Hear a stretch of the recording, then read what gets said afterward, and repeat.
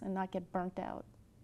If there was, is there one, if you could, if there's something that pops in your head, is there one thing that seems to be the most difficult thing that you're dealing with high-level executives, which I assume have a typical A personality. So is there one thing that really stands out? Like if a lot of our viewers, they're probably in that type A personality. So what's their biggest struggle that you know walking in, you can pretty much guess that this is going to be the one that's going to be really difficult for them? I think that the first thing that everybody has to learn is to take some time to step back to become more self-aware. Because to me, the doorway into emotional intelligence really is self-awareness. If you don't understand yourself, you will have no ability to know what your triggers are, to be able to control your emotions, to be able to have empathy for others, to understand where they're coming from, so that you can influence them in a manner that you want to reach the vision that you want for your business and your personal life. So for me, the key is always slowing down enough to really think about yourself and how you impact other people. And when you do that, do you say, okay, I'm going to make you write down these, you have to answer these questions, or do you say, take 10 minutes and I want you to reflect on something, like, or meditate, or what is how do you get somebody to do that, to slow down and take that breath? There's a couple of ways. One, you can do a 360 where you have an evaluation from upper people and lower people in your organization, and then you answer those questions. That's one way of doing it. So that's feedback from the people that work for you, with you? Okay. Or around you. And that's a real good eye-opener, because oftentimes people act differently with people that they work with. They might act differently with their peers than they do with their reports, and that's valuable information. The individual may not even realize they're acting differently.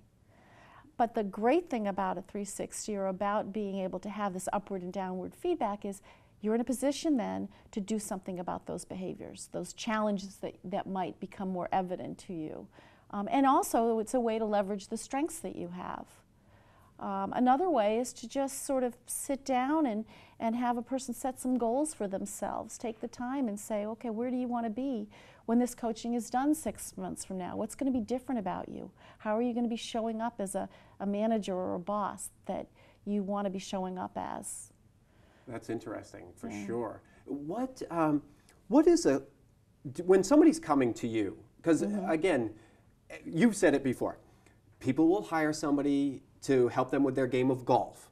People will hire a coach to help them to play better at tennis. Right. But when it comes to the whole coaching me on my business and being a better professional, that seems to be like it's too personal. That I have to admit that I'm not, and I hate to use the word adequate in some way, shape, form, or fashion.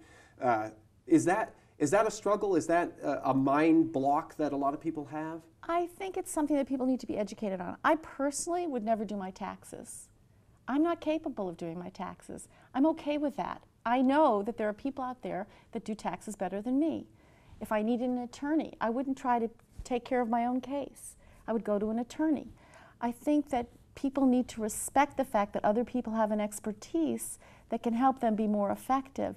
And I have now worked for 9 years with business owners and senior level managers, and I know that my expertise can help them ultimately achieve the performance that they want to create and the business results that they want to achieve, because I have an expertise that can help them do that. Right.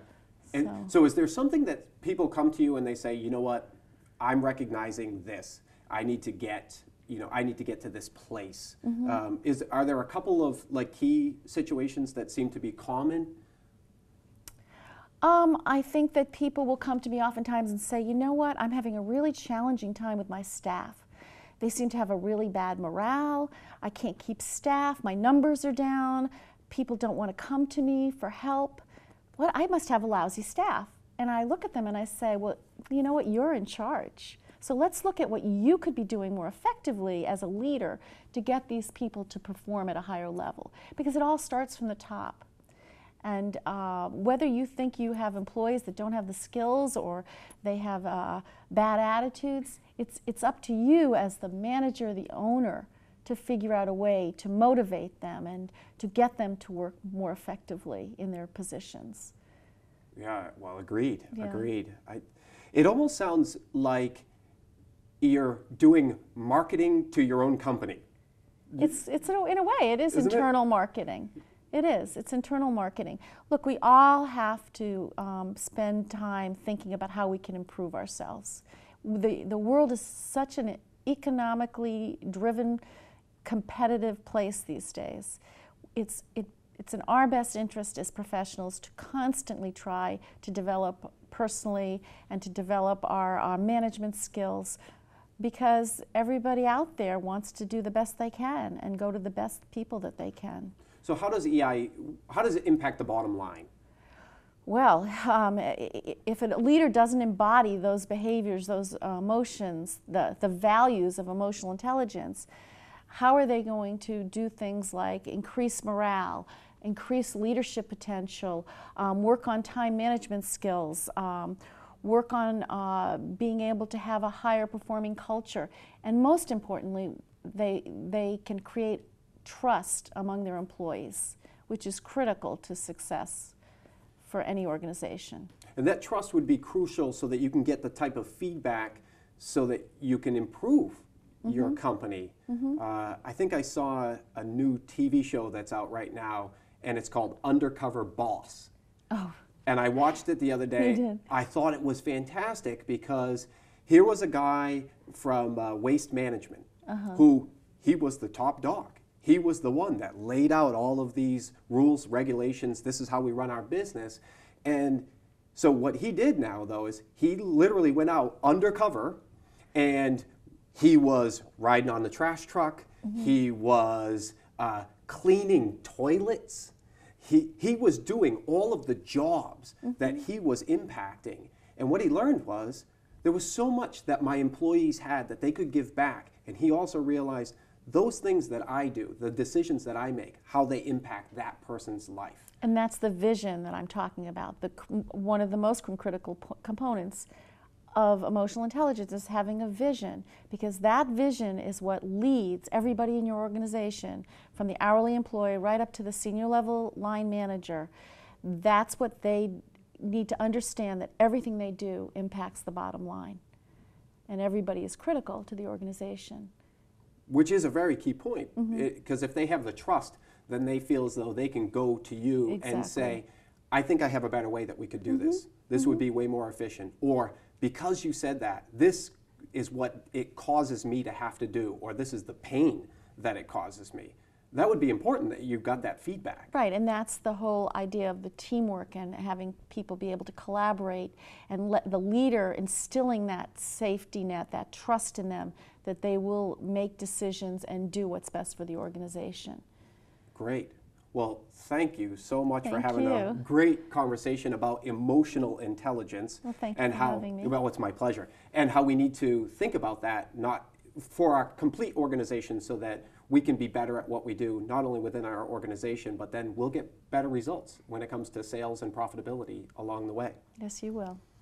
Thanks again. Thank you. If you want to learn more about executive coaching, visit our website, www.reverbnetwork.com. I'd like to thank my guest, Linda Cohan, for sharing her sound business advice here on Reverb. I'm Reverb host, Jason Kallio. Remember, a verb is an action, and knowledge not applied is useless. So what action are you going to take now? It is a choice. Stay tuned with us, because next we're going to go to the forum.